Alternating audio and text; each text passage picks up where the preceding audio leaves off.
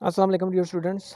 अच्छा, आज जो टॉपिक मैं डिस्कस करने जा रहा हूँ ये 9th और 10th दोनों के लिए ही इम्पोर्टेंट है और उसके अलावा ये टॉपिक केमिस्ट्री और बायोलॉजी दोनों सब्जेक्ट्स के अंदर ये टॉपिक शामिल है। और एक शार्ट क्वेश्चन मस्ट आना है, यानी आप नोट कर लें कि कंफर्म शार्ट क्वेश्चन आपका यहाँ से आएगा। तो टॉपिक का बाकायदा आगाज़ करते हैं। टॉपिक का नेम तो आपने ऑलरेडी देख लिया है कि मोनोसेकेराइड, ओलिगो एंड पॉलीसेकेराइड के डिफरेंसेस हम डिस्कस करने जा रहे हैं। तो सबसे पहले हम आते हैं जी मोनोसेकेराइड के जो पॉइंट्स मैंने यहाँ मेंशन किए हैं। आपने सबसे पहले उसकी डेफिनेशन करनी है कि ये सिंपलेस्ट फॉर्म है कार्बोहाइड्रेट्स की, जिसके अंदर एक ही शुगर यूनिट होगा। देन मोनोसेकेराइड को फर्दर तोड़ा नहीं जा सकता।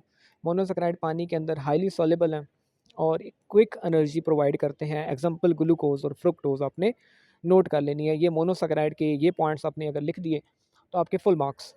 देन ओलिगोसेकेराइड, ये इसके अंदर 2 से लेके 10 तक मोनोसेकेराइड यूनिट्स हो सकते हैं। अगर 2 यूनिट्स होंगे तो डाइसेकेराइड, 3 होंगे तो ट्राइसेकेराइड, इस तरीके से इनकी नेमिंग होगी।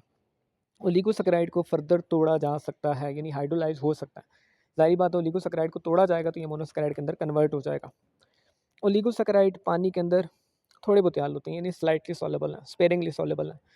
देन ओलिगोसेकेराइड के रोल को अगर देखा जाए तो ये डाइजेशन और मेटाबॉलिज्म रिएक्शन के अंदर अपना रोल प्ले करते हैं। एग्जांपल्स जो हैं वो सुक्रोज़ है यानी चीनी है, और लैक्टोज़ है यानी मिल्क शुगर है।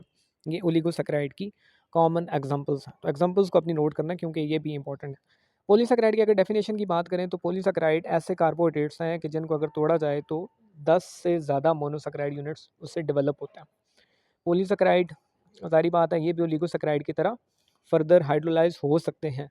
पॉलीसेकेराइड वाटर के अंदर तकरीबन इनसॉल्युबल हैं और ये एनर्जी सोर्स के तौर पे काम करते हैं और डिफरेंट स्ट्रक्चर्स बनाने में हेल्प करते हैं। एनर्जी सोर्स अगर प्लांट्स में ज़िक्र किया जाए तो स्टार्च है और एनिमल्स में ग्लाइकोजन है।